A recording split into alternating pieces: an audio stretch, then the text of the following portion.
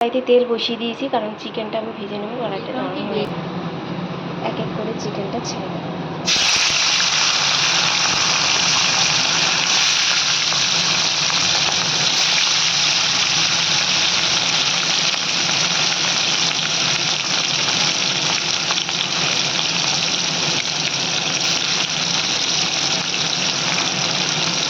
তো এর পাশে আর একটা কড়াই বসিয়ে দিয়েছি, দুটোটা বসিয়ে দেবো যাতে তাড়াতাড়ি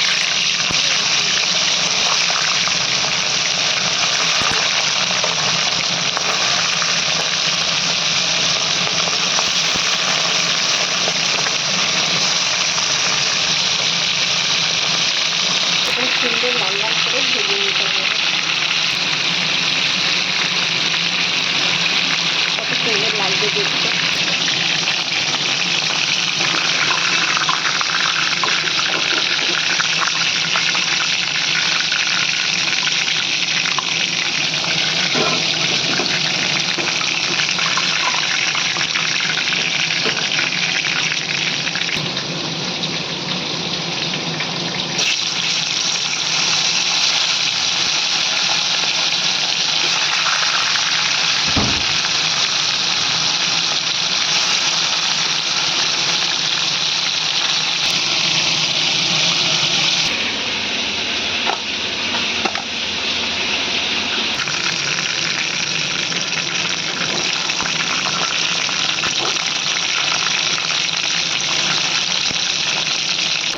আলুগুলো আমি লাল লাল করে ভেজে নিতে হবে। দেখুন আলুটা পুরো লাল লাল হয়ে গেছে।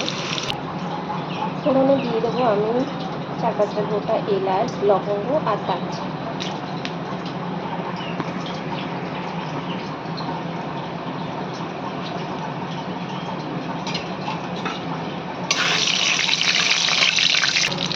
এতে দিয়ে দেবো ভাজা পেঁয়াজ, হালকা ভেজে রেখেছিলাম সেটাই দিয়ে দেবো।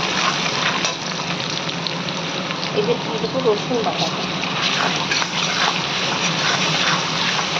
ভালো করে একটু লাল লাল করে ভেজে নেব। এটা আমার লাল লাল ভাজা হয়ে গেছে। এবার দিয়ে দেবো জিরে, ধনে, আদা বাটা। এটাকেও ভালো করে কষিয়ে নিতে হবে।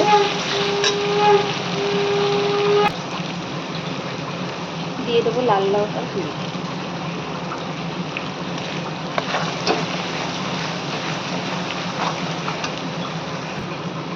2 টেবিল চামচের বিরিয়ানি মশলা দিয়ে দেবো।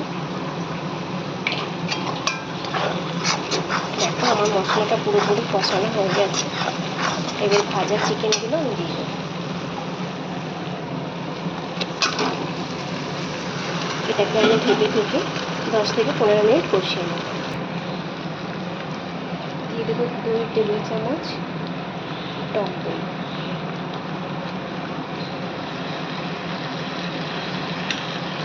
রাইসটা বানানোর জন্য আমি বসিয়ে দিলাম কড়াইটা। যে মাংস ভাজার তেলটা ছিল সেটাই আমি দিয়ে দিয়েছি। দিয়ে দেবো কিছুটা তেজপাতা আর দিয়ে দিয়েছি কিছুটা গরম মশলা। এবার দিয়ে দেবো ধনে রাখা চালটা। এটা আমি ভালো করে কষিয়ে নেব।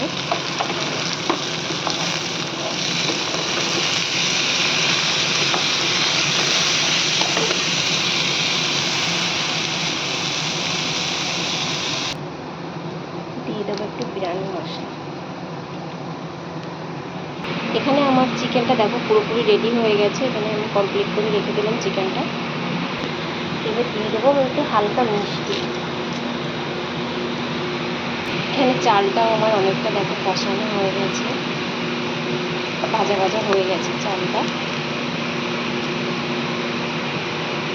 এখানে বসিয়ে দিয়েছি গরম জল, কারণ গরম জলটাই দিতে হবে, ঠান্ডা জল যে একদমই দেওয়া যাবে না।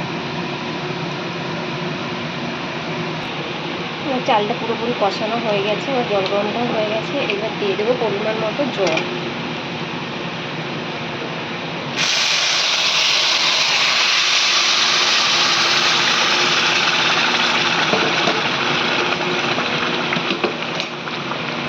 এবার আমি 5 মিনিটের জন্য ঢেকে রাখতে থাকবো, অল্প আঁচে ঢেকে দেবো।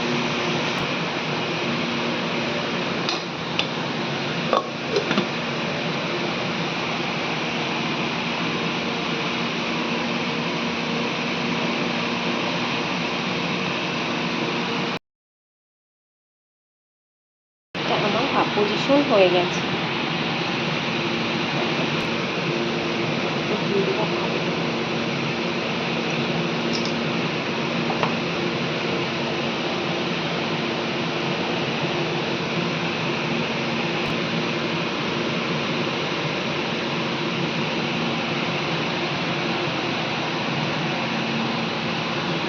চিকেনগুলো দেখো পুরোপুরি সাজিয়ে দিয়েছি। এবার দিয়ে দেবো পেঁয়াজ, কিছুটা পেঁয়াজ দিয়ে দেবো। এবার দিয়ে দেবো আবার চালটা।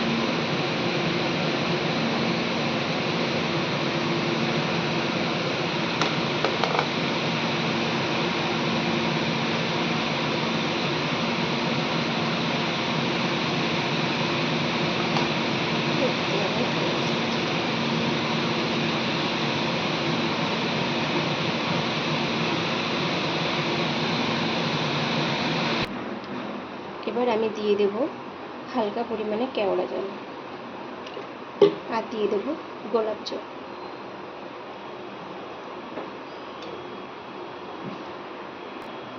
এবার আমি এটা ঢেকে দেবো 5 মিনিটের জন্য। আমার তাহির চিকেন একদম রেডি। যে জিনিসগুলো জিজ্ঞেস করো জানো তোমার তোমার তুমি এটা ভেবে তোমার তোমার দোয়াই তুমি জানো আমাদের ইচ্ছে না জিজ্ঞেস করে